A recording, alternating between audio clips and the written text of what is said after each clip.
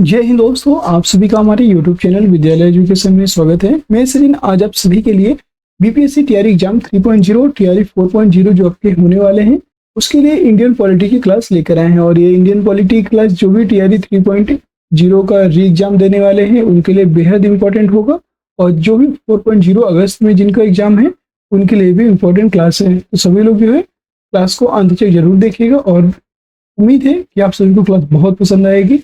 और आज की क्लास से कम 2 क्वेश्चन 3 क्वेश्चन यहाँ से देखने को मिलेंगे, तो आप सभी लोग क्लास को ध्यान से जरूर देखिएगा। चलिए शुरू करते हैं आज के इस क्लास में।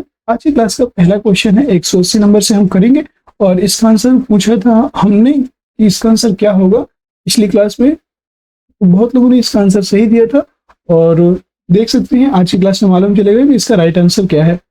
जिस समिति की सिफारिश पर भारत में पंचायती राज की स्थापना की गई उसका अध्यक्ष कौन था? अशोक मेहता, डॉक्टर इकबाल नारायण, बलवंत राय मेहता, जीवराज मेहता। इसका जो है राइट आंसर हो जाएगा बलवंत राय मेहता। सी ऑप्शन करेक्ट हो जाएगा। पंचायती राज की अनुशंसा के लिए 1957 में एक समिति गठित की गई जिसके अध्यक्ष बलवंत राय मेहता थे, तथा जिसका उद्देश्य ग्रामवासियों में शक्ति का विकेंद्रीकरण था। बलवंत राय मेहता ने पंचायतों के त्रिस्तरीय ढांचे की सिफारिश की, और 1977 में अशोक मेहता समिति गठित की गई। 1978 में प्रस्तुत रिपोर्ट में 2 स्तरीय पंचायत प्रणाली की सिफारिश की गई, और 1985 में जेबी के राव समिति का गठन किया गया। 1986 में ML सिंघवी समिति बनी, और 1988 में PK थुंगन समिति का गठन किया गया। ये प्रमुख समितियां हैं, और इनका वर्ष बहुत बार पूछा गया है कि कौन सी समिति किस वर्ष में स्थापित हुई है या गठित हुई है। ML सिंघवी समिति ने पंचायतों को संवैधानिकता का दर्जा देने की सिफारिश की। अगला प्रश्न है 181। भारत में पंचायती राज की अनुशंसा के लिए बनी समिति के अध्यक्ष कौन थे? बलवंत राय मेहता, BR अम्बेडकर, फिर आपका जस्टिस कृष्ण अय्यर, जगजीवन राम। तो आप सभी को अभी बताया कि जो है भारत में पंचायती राज की अनुशंसा के लिए जो बनी समिति है उसके अध्यक्ष थे बलवंत राय मेहता समिति। इनके द्वारा जो है त्रिस्तरीय समिति का प्रस्ताव दिया गया था। अगला प्रश्न है 182। निम्न में से कौन सा विकेंद्रीकरण का वैशिष्ट्य नहीं है? स्वायत्तता, लोक सहभागिता, स्थानीय समुदायों में आत्मविश्वास को नहीं जगाना, स्थानीय समुदायों को सशक्त बनाना, उपयुक्त में से कोई नहीं, उपयुक्त में से एक से अधिक। याद रखेंगे निम्न में से कौन सा विकेंद्रीकरण का वैशिष्ट्य नहीं है। इसमें जो है स्वायत्तता है, लोक सहभागिता है, स्थानीय समुदायों में आत्मविश्वास को नहीं जगाना। ये गलत है, ये भी है बट ये मतलब ये नहीं है। नहीं जगाना ये नहीं होगा, जगाना होता तो होता। ठीक है, स्थानीय समुदायों को सशक्त बनाना ये भी सही है। इसी ऑप्शन यहाँ पे राइट हो जाएगा।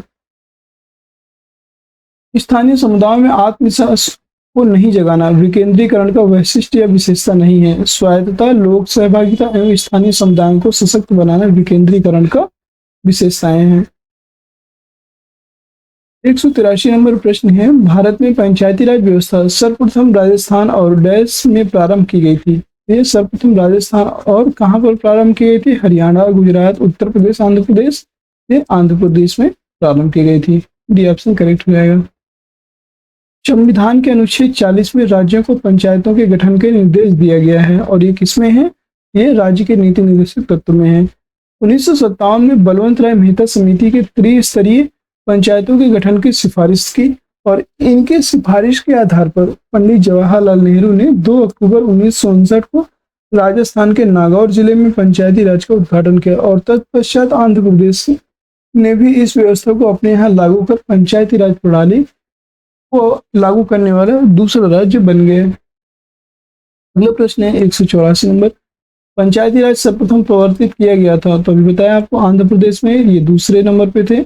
उत्तर प्रदेश, हिमाचल प्रदेश या राजस्थान? तो राजस्थान का नागौर जिला पंचायती राज सर्वप्रथम प्रवर्तित किया गया था राजस्थान में। अगला प्रश्न है 185। निम्नलिखित में से किस कमेटी या आयोग ने न्याय पंचायत बनाने की सिफारिश की थी? ये बताना है। अशोक राय मेहता समिति, अशोक मेहता समिति, GBK राव समिति, सरकारी आयोग, उपयुक्त में से कोई नहीं है एक से अधिक। तो अभी बताया आपको कि कौन सी कमेटी या आयोग ने न्याय पंचायत बनाने की सिफारिश की थी? वो थी अशोक मेहता समिति। भी आपसे यहाँ पे राइट हो जाएगा।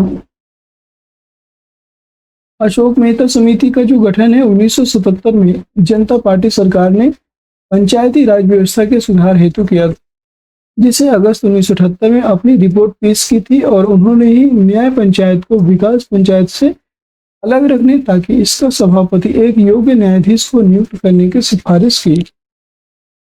अगला प्रश्न है 186। निम्नलिखित में से कौन सा कार्य स्थानीय स्वशासन के अधिकार क्षेत्र में नहीं आता? सार्वजनिक स्वास्थ्य, स्वच्छता, जनोपयोगी सेवा, सार्वजनिक अनुशासन का रखरखाव। उपयुक्त में से कोई नहीं है, उपयुक्त में से एक से अधिक। इसमें कौन सा कार्य स्थानीय स्वशासन के अधिकार क्षेत्र में नहीं आता है?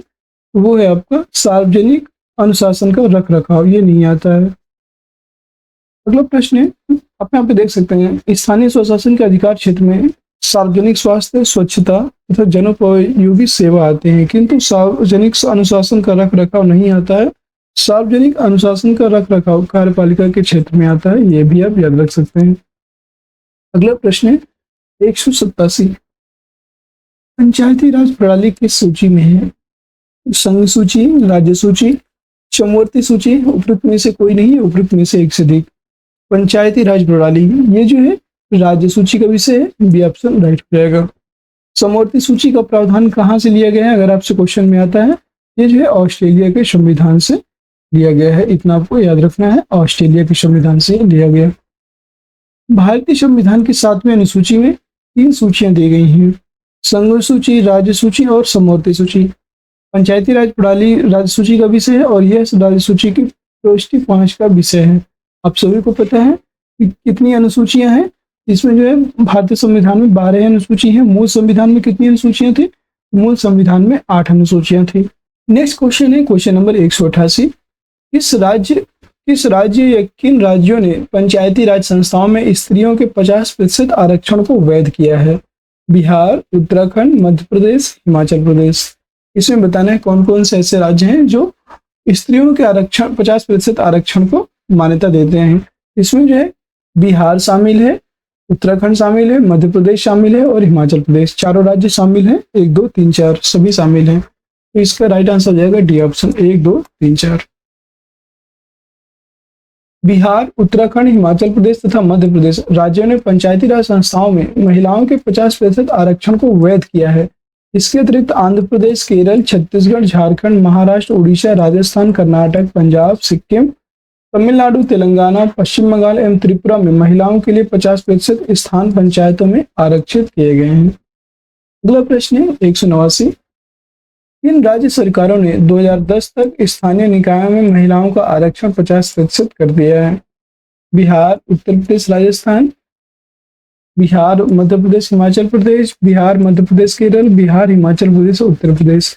जिसमें देखिए उत्तर प्रदेश है उसे तो आप काट ही दीजिए, आप सभी को पता ही होगा कि उत्तर प्रदेश में नहीं है। फिर जिसमें जो है बिहार है उसमें है, बिहार मध्य प्रदेश में तो है, हिमाचल प्रदेश में भी है, केरल में नहीं है। विश्व भी ऑप्शन इसका राइट हो जाएगा। अगर आप सभी को क्लास पसंद आ रही है तो क्लास एक बार लाइक कर दीजिए, शेयर कर दीजिए और चैनल में नए हैं तो चैनल को सब्सक्राइब भी कर लीजिए। सभी लोग जो है टेलीग्राम चैनल को अवश्य ज्वाइन कर लीजिएगा। टेलीग्राम चैनल को अगर आप ज्वाइन करते हैं तो वहाँ से आपको सभी प्रकार की PDF और जो है जितनी भी PDF है और क्लास नोट्स हैं और आपके क्लास एग्जाम के बारे में जितनी भी इंफॉर्मेशन होती है वो सभी वहाँ पे प्रोवाइड कर दी जाती है। 73वें संविधान संशोधन कानून की वैधानिक शुरुआत इस संविधान संशोधन बिल से हुई? 61वां संविधान संशोधन बिल, 62वां संविधान संशोधन बिल, 63वां संविधान संशोधन बिल या 64वां संविधान संशोधन बिल। उपयुक्त में से कोई नहीं है, एक से अधिक। ये जो है 73वें संविधान संशोधन कानून की जो वैधानिक शुरुआत है ये जो है 64वां संविधान संशोधन बिल के तहत हुई थी। डी ऑप्शन करेक्ट हो जाएगा। पंचायती राज संस्थाओं को संवैधानिक दर्जा प्रदान करने वाले 73वें संविधान संशोधन अधिनियम की वैधानिक शुरुआत मूलतः 64वें संविधान संशोधन विधेयक द्वारा हुई थी और इस बिल को तत्कालीन प्रधानमंत्री राजीव गांधी ने मई 1989 में लोकसभा में प्रस्तुत किया था। हालांकि यह विधेयक राज्यसभा में पारित न होने के कारण व्यपगत हो गया। तत्पश्चात 72वां संविधान संशोधन विधेयक 1991 संसद के दोनों सदनों द्वारा पारित होकर 73वें संविधान संशोधन अधिनियम 1992 के रूप में अधिनियमित हुआ था। अगला प्रश्न है 191। इस संवैधानिक संशोधन के द्वारा पंचायती राज संस्थाओं को संवैधानिक स्तर प्राप्त हुआ है? 73वां, 71वां, 74वां, या इनमें से कोई नहीं। ये 73वां जो संवैधानिक संशोधन है, इसके द्वारा पंचायती राज संस्थानों को संवैधानिक स्तर प्राप्त हुआ है। ये ऑप्शन यहाँ पे राइट है। 73वां संवैधानिक संशोधन 1992 में हुआ और इसके द्वारा पंचायती राज संस्थानों को संवैधानिक स्तर प्राप्त हुआ था। अगला प्रश्न है 192। संविधान का 73वां संशोधन संबंधित है राष्ट्रपति महाभियोग से नहीं, चुनाव आयोग की नियुक्ति से ये भी नहीं, शैक्षणिक संस्थाओं में सीटों के आरक्षण से ये भी नहीं है, पंचायती राज प्रणाली से संबंधित है। 73वां संविधान संशोधन कब हुआ था? 1992 में। अगला प्रश्न है 193। भारत में इनमें से कौन सा विषय पंचायती राज संस्थाओं की शक्तियों के अंतर्गत नहीं आता है? तो भूमि सुधारों का क्रियान्वयन, ये तो आता है। न्यायिक पुनर्वीक्षण, ये नहीं आता है। जुडिशियल रिव्यू, निर्धनता निवारण कार्यक्रमों का क्रियान्वयन, ये भी आता है। बी ऑप्शन राइट हो जाएगा। देखिए, पंचायती राज संस्थानों में भूमि सुधार का क्रियान्वयन होता है, अर्थात भूमि सुधार होता है। इसमें निर्धनता निवारण अर्थात गरीबी निवारण कार्यक्रमों का क्रियान्वयन किया जाता है। लेकिन जुडिशियल रिव्यू का यहाँ पे कोई भी प्रावधान नहीं किया गया। बी ऑप्शन राइट हो जाएगा। न्यायिक पुनर्वीक्षण पंचायती राज संस्थाओं की शक्तियों के अंतर्गत नहीं आता, यह सर्वोच्च न्यायालय की शक्ति है। अगला क्वेश्चन है 194। भारतीय संविधान में संशोधन के लिए विधेयक लाया जा सकता है केवल लोकसभा में, केवल राज्यसभा में, या तो लोकसभा में या राज्यसभा में, या भारत के सर्वोच्च न्यायालय में। तो भारतीय संविधान में संशोधन के लिए जो विधेयक है, ये दोनों में लाया जा सकता है, या तो लोकसभा या तो राज्यसभा। सी ऑप्शन करेक्ट हो जाएगा। भारतीय संविधान में संशोधन के लिए विधेयक संसद के किसी भी सदन, लोकसभा में या राज्यसभा में लाया जा सकता है। संविधान संशोधन की जो शक्ति है और उसके लिए प्रतिक्रिया संविधान के अनुरूप 368 में वर्णित है। अगला प्रश्न है 195।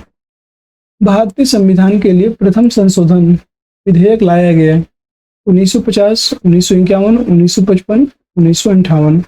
भारतीय संविधान के लिए प्रथम जो संशोधन विधेयक है, ये लाया गया था 1951 में। पहला संविधान संशोधन 1991 में लाया गया था। याद रखिए, इसमें जो है भूमि सुधार संबंधित, मतलब भूमि सुधार से संबंधित है। ये भूमि सुधार से संबंधित है।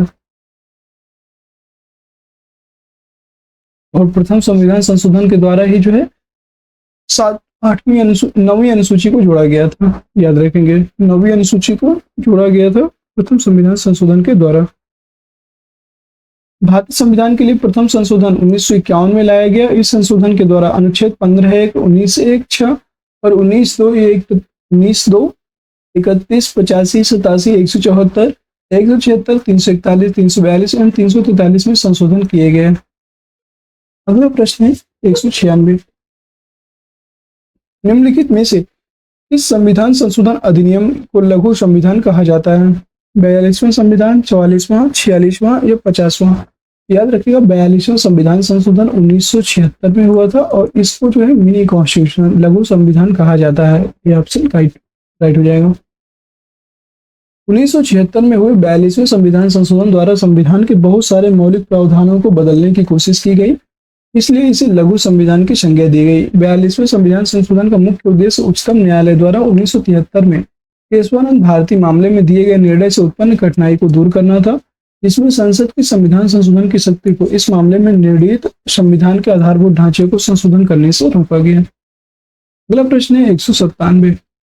पिछड़ी जाति के प्रथम सभापति कौन थे? जगजीवन राम, काका साहब कालेलकर, बी.डी. शर्मा, बी.आर. अम्बेडकर। उपयुक्त में से कोई नहीं है, एक से अधिक। याद रखिए, पिछड़ी जाति आयोग के प्रथम सभापति थे काका साहब कालेलकर। भी ऑप्शन करेक्ट हो जाएगा। संविधान के अनुच्छेद 340 के तहत भारत के राष्ट्रपति के आदेश द्वारा प्रथम अखिल भारतीय पिछड़ी जाति आयोग का गठन 29 जनवरी 1953 को हुआ था और इस आयोग के जो अध्यक्ष थे काका साहब कालेलकर थे। अगला प्रश्न है 198। राज्य लोक सेवा आयोग का अध्यक्ष किसके द्वारा नियुक्त किया जाता है? संघ लोक सेवा आयोग के अध्यक्ष, भारत के राष्ट्रपति, राज्य के राज्यपाल, मुख्यमंत्री। उपयुक्त में से कोई नहीं है, एक से अधिक। याद रखिएगा, जो राज्य लोक सेवा आयोग के अध्यक्ष होते हैं, ये राज्य के राज्यपाल के द्वारा नियुक्त होते हैं। सी ऑप्शन करेक्ट हो जाएगा। राज्य लोक सेवा आयोग के अध्यक्ष नियुक्ति राज्य के राज्यपाल द्वारा की जाती है और इन्हें हटाने का जो अधिकार है वो राष्ट्रपति के पास है। ठीक है, इन्हें सिर्फ राष्ट्रपति ही उन्हें इसी आधार पर हटा सकते हैं जिन आधारों पर संघ लोक सेवा आयोग के अध्यक्ष एवं सदस्यों को हटाया जाता है। गौरतलब है कि भारतीय संविधान की भाग 14 के अनुच्छेद 315 से 323 तक राज्य लोक सेवा आयोग की स्वतंत्रता शक्तियों के अलावा इसके गठन, सदस्यों की नियुक्ति, बर्खास्तगी इत्यादि का उल्लेख किया गया है। नेक्स्ट क्वेश्चन है 199। भारत में मतदान के लिए प्रयोग की जाने वाली मशीन वीपैट का संस्करण क्या है? M1, Z1, M3, Z3, उपयुक्त में से कोई नहीं है, एक से अधिक। ये जो है वीपैट का संस्करण है M3। सी ऑप्शन राइट हो जाएगा।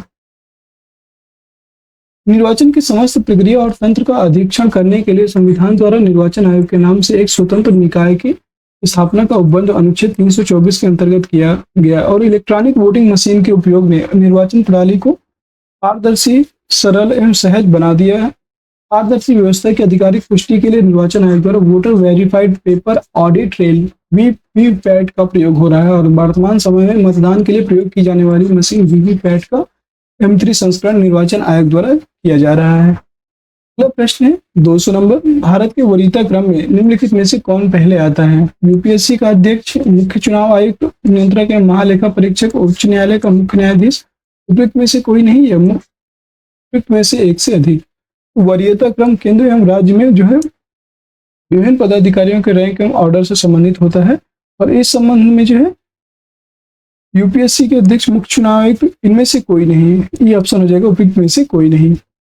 देख सकते हैं वरीयता क्रम केंद्र एवं राज्य सरकार में विभिन्न पदाधिकारियों के रैंक एवं ऑर्डर से संबंधित है और इस संबंध में वर्तमान अधिसूचना 26 जुलाई 1979 को जारी की गई, जिसके अनुसार संघ लोक सेवा आयोग के अध्यक्ष, मुख्य निर्वाचन आयुक्त तथा निवार्ड नियंत्रक और महालेखा परीक्षक को वरीयता क्रम में एक समान अंक में रखा गया है, जबकि उच्च न्यायालय के मुख्य न्यायाधीश को अपने न्यायिक क्षेत्र में 14वें तथा उसके बाहर 17वें क्रम पर रखा गया है। ठीक है, आप यहाँ पे देख सकते हैं इनको जो है एक ही मतलब मुख्य चुनाव आयुक्त और यूपीएससी दोनों को एक ही कैटेगरी में रखा गया है। आप यहाँ पे देख सकते हैं कई बार होता है कि हम लोग आगे पीछे कर लेते हैं। संघ लोक सेवा आयोग के अध्यक्ष और मुख्य निर्वाचन आयुक्त तथा भारत के नियंत्रक एवं महालेखा परीक्षक, इनको जो है एक समान अंक में रखा गया है, मतलब तीनों का जो है पद एक ही है, मतलब समकक्ष है। इसलिए जो है वरीयता क्रम में कौन पहले आता है ये निर्धारित नहीं होगा, ये ऑप्शन से राइट हो जाएगा। अगला प्रश्न है 201। भारतीय संविधान का अनुच्छेद 300 किससे संबंधित है? इसका आंसर आप सभी को देना है। आज की क्लास का अंतिम प्रश्न है ये। मुकदमे तथा कार्यवाही, सरकारी ठेके, महान्यायवादी, व्यापार तथा वाणिज्य पर प्रतिबंध। उपयुक्त में से कोई नहीं है, एक से अधिक। इसका आंसर आप लोग दीजिएगा। और कैसी लगी आज की क्लास कमेंट सेक्शन में जरूर बताइएगा। अगर आपको क्लास पसंद आई है तो क्लास को लाइक कर दीजिए, शेयर कर दीजिए और चैनल में नए हैं तो चैनल को सब्सक्राइब भी जरूर कर लीजिए। इसका आंसर दीजिएगा। और सभी लोग जो है हमारे टेलीग्राम चैनल को ज्वाइन कर लीजिए। टेलीग्राम चैनल का लिंक आपको वीडियो के डिस्क्रिप्शन में मिल जाएगा, वहां से आप जो है टेलीग्राम को ज्वाइन कर लीजिए। टेलीग्राम चैनल का नाम है विद्यालय एजुकेशन ऑफिशियल, सर्च करेंगे वहां से आपको टेलीग्राम चैनल का लिंक प्राप्त हो जाएगा और वीडियो के डिस्क्रिप्शन से भी टेलीग्राम चैनल को ज्वाइन कर सकते हैं। फिर मिलते हैं किसी नेक्स्ट वीडियो में, तब तक के लिए जय हिंद, जय भारत।